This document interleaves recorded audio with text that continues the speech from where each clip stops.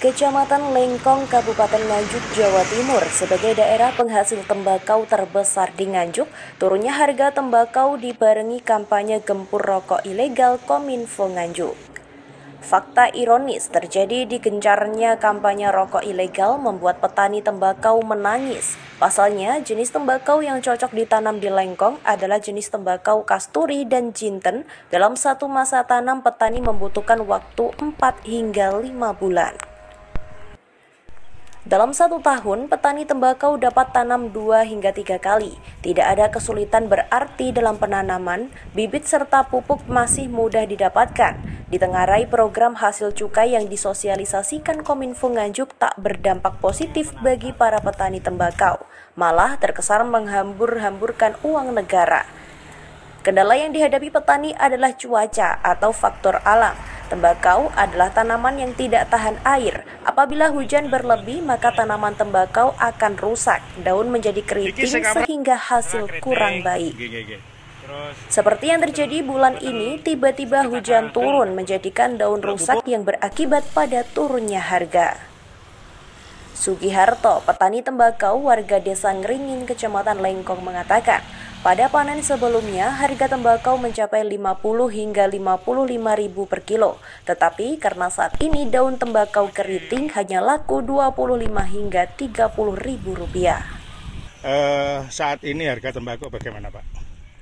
Harga tembakau sekarang turun. Kalau tahun lalu berapa, Pak, sebelumnya?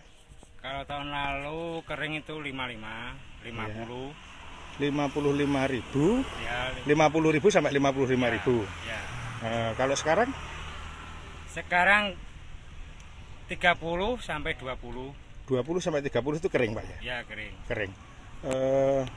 Kesulitan apa, Pak, dalam menjadi petani tembakau ini, Pak?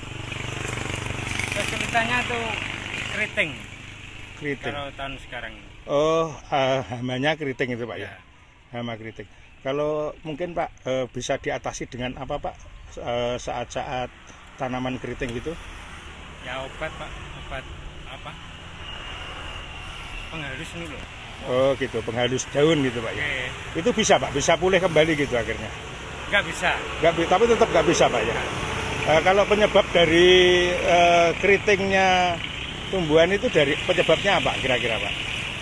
Kira-kira cuaca. Biasanya cuaca, Pak. Itu. Alam, Pak ya.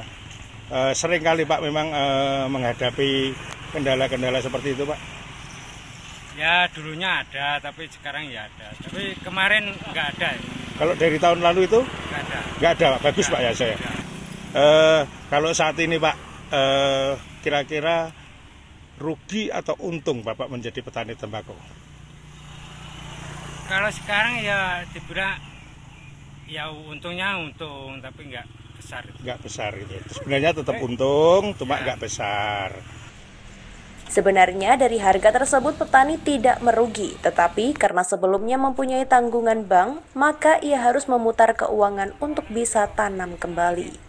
Dari Nganjuk, Jawa Timur, Asep Bahar, SRTV melaporkan.